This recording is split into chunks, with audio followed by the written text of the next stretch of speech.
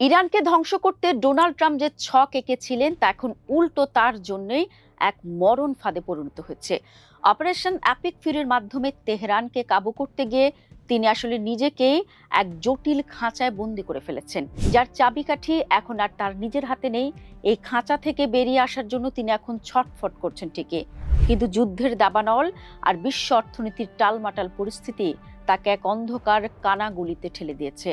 পালানোর সব পথ প্রায় বন্ধ, কারণ ইরানকে পুরোপুরি নিঃশেষ করতে গিয়ে ট্রাম্প এখন নিজেই নিজের পাতা ফাঁদে আটকে পড়ে গেছেন, যেখান থেকে সম্মানজনক বিদায় নেওয়া তার জন্য প্রায় অসম্ভব। দর্শক, যুদ্ধের শুরুটা ছিল নাটকীয়ভাবে। আমেরিকা ইসরায়েলের হামলায় ইরানের সর্বোচ্চ নেতা আলী খামেনি শহীদ হলেন। পেন্টাগন ভেবেছিল মাথা কেটে ফেললে শরীর নিস্তেজ হয়ে যাবে, অর্থাৎ ইরানের শাসন ব্যবস্থা তাসের ঘরের মতো ভেঙে পড়বে। কিন্তু বাস্তবে ঘটল উল্টোটা। যখন বাইরের শত্রু তেহরান আক্রমণ করলো, তখন সাধারণ ইরানিরা তাদের অভ্যন্তরীণ মান অভিমান ভুলে দেশের পতাকা তুলে এসে দাঁড়ালো। খামেনির মৃত্যুর পর ইরান শত শত মিসাইল এবং হাজার হাজার ড্রোন দিয়ে পাল্টা আঘাত এনেছে। ইসরায়েল থেকে শুরু করে পারস্য উপসাগর সবখানে এখন ধ্বংসস্তূপ। যে আরব দেশগুলো ইরানের সাথে সম্পর্ক স্বাভাবিক করার কথা ভাবছিল, তারাও এখন এই যুদ্ধের তাপে অস্থির। দর্শক, ইরান বিশ্ব অর্থনীতির গলা চেপে ধরেছে। সহজ করে বললে, হরমুজ প্রণালী হলো বিশ্বের তেলের বাজারের কণ্ঠনালী। সারা বিশ্বের প্রায় 20% তেল ও গ্যাস এই সরু পথ দিয়ে যায়। এখন সেই পথটি রণক্ষেত্রে পরিণত হয়েছে। ট্রাম্প প্রশাসন যখন ইরানের বন্দরগুলো অবরোধ করার ঘোষণা দিল, তখন তারা হয়তো ভাবেনি যে এর ধাক্কা সরাসরি নিউ ইয়র্ক বা টোকিওর সাধারণ মানুষের পকেটে গিয়ে লাগবে। তেলের দাম ইতোমধ্যে 31% বেড়ে গেছে। যুদ্ধ যদি চলতেই থাকে, তবে সাধারণ মানুষকে এর মাসুল গুনতে থাকতেই হবে। অর্থাৎ ট্রাম্প ইরানকে শায়েস্তা করতে গিয়ে অজান্তেই নিজের দেশের এবং মিত্রদের অর্থনীতির গলায় ফাঁস পরিয়ে দিয়েছেন। দর্শক, ট্রাম্পের মূল মন্ত্র হলো সর্বোচ্চ চাপ।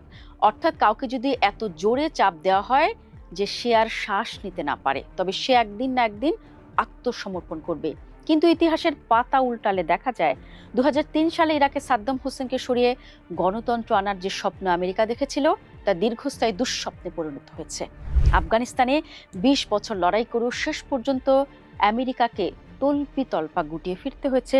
ইরান তো ইরাক বা আফগানিস্তানের চেয়েও অনেক বেশি শক্তিশালী এবং কৌশলী।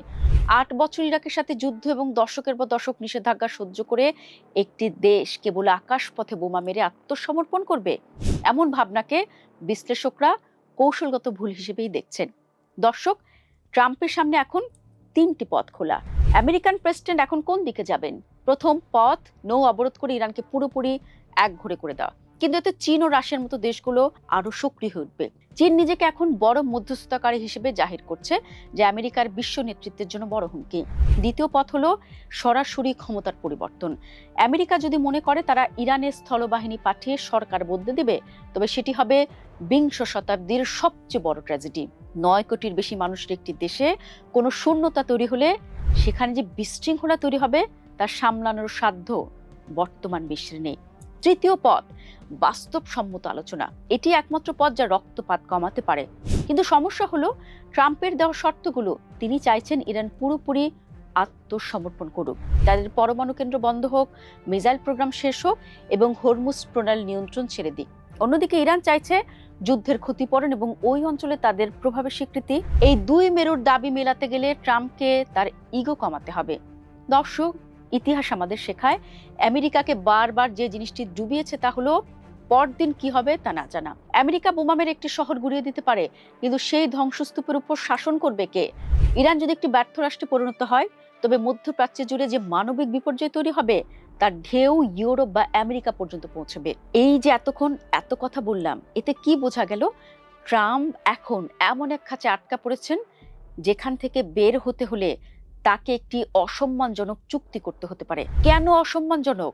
কারণ এতে ইরানকে পুরোপুরি হারানো সম্ভব হবে না, কিন্তু বিশ্ব রাজনীতিতে মাঝে মধ্যে সামান্য পরাজয় মেনে নেওয়াটাও আসলে বড় জয়।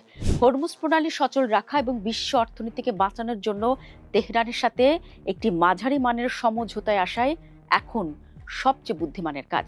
যুদ্ধ শুরু করা সহজ, কিন্তু তা শেষ করা কঠিন।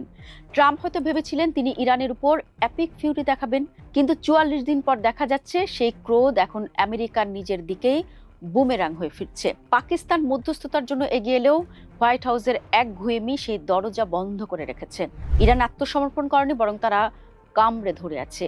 এখন দেখার বিষয়, ডোনাল্ড ট্রাম্প কি সেই খাঁচার দেওয়াল ভেঙে বেরোতে পারবেন, নাকি এই গোলক ধাঁধায় নিজের প্রেসিডেন্সিকেই বিসর্জন দিবেন।